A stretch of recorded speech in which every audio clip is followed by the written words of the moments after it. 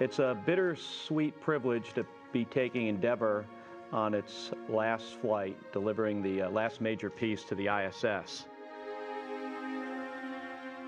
I was there before they put the wings on it. It was just, so it was almost like it was my baby. That space station assembly mission was perfect from start to finish, and a lot of that was Endeavour. It just, phenomenal vehicle.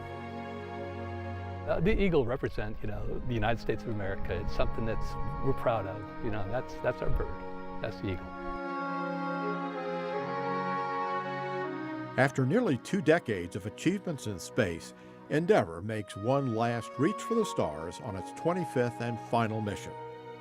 Endeavour is traveling to the International Space Station with 6 veteran space flyers: Commander Mark Kelly, pilot Greg H. Johnson, and mission specialist Mike Fink, Drew Feustel, Greg Chamatoff, and Roberto Vittori from Italy, representing the European Space Agency. Well, I'm the commander of STS-134. We've got a whole list of mission objectives, probably 30 things on the list. But the big objectives is to get the alpha magnetic spectrometer installed on the outside of the space station. The 15,000-pound AMS is a massive particle physics detector that will attach to the International Space Station.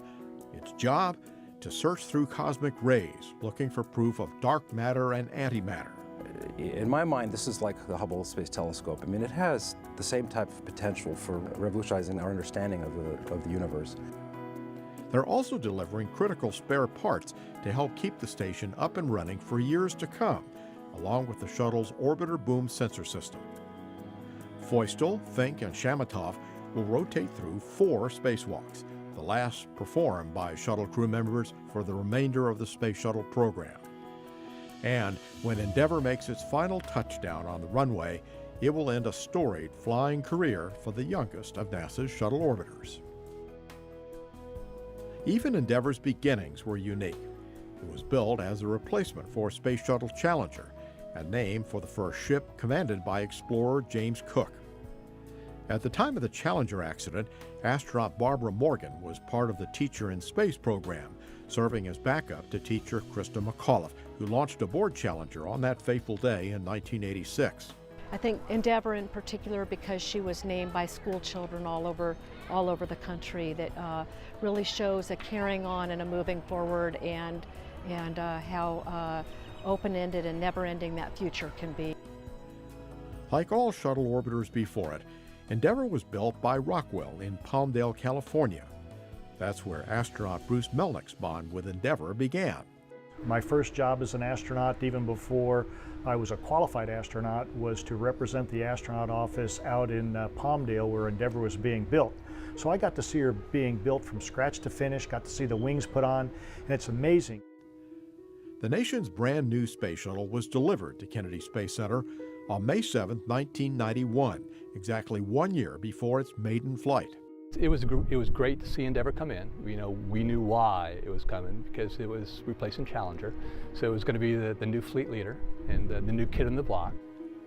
Melnick was on Endeavour's first flight, STS-49.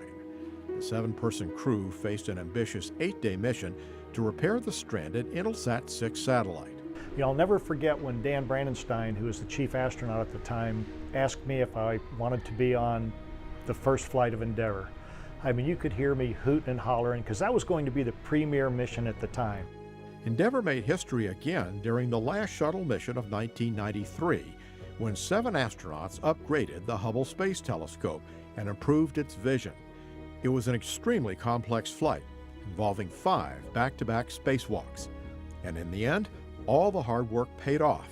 The telescope's new second-generation wide-field and planetary camera beamed back grand images taken with dazzling clarity. And Endeavour helped to carry the load in the construction of the International Space Station, including the very first shuttle flight to the fledgling outpost, STS-88.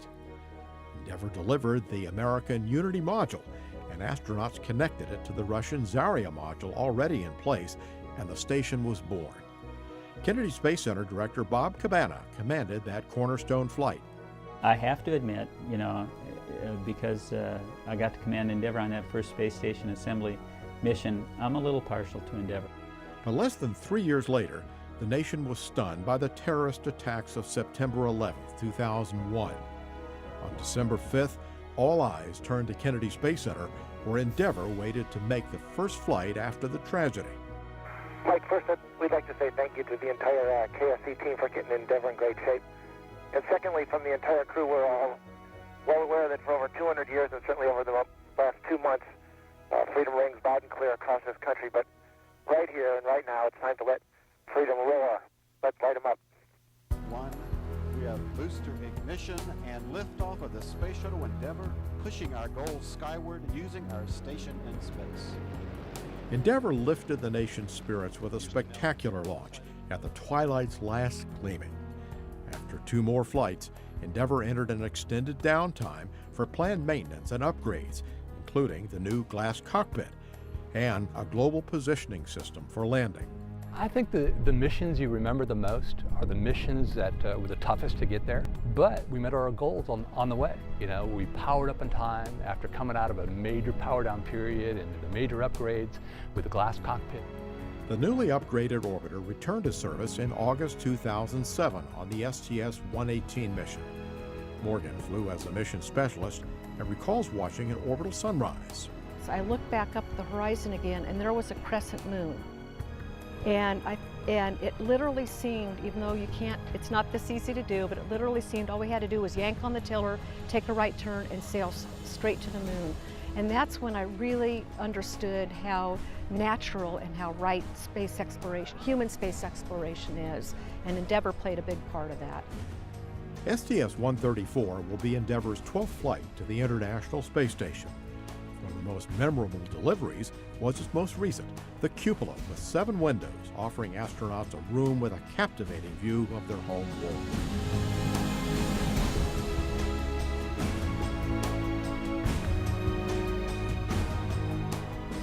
After 30 years, the shuttle program is coming to a close.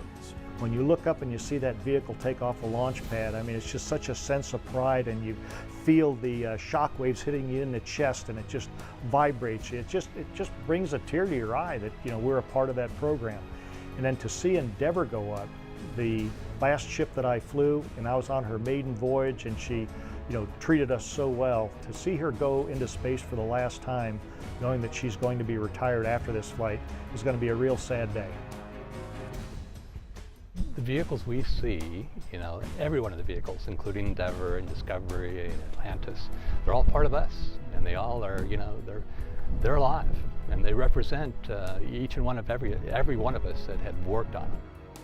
The close-knit shuttle processing team is adjusting to the shuttle's end while still maintaining laser-sharp focus on the job.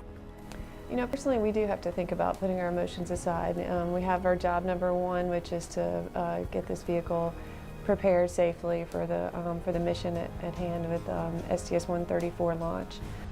But the toughest moment will be that final wheel stop when Endeavour returns to Earth for good.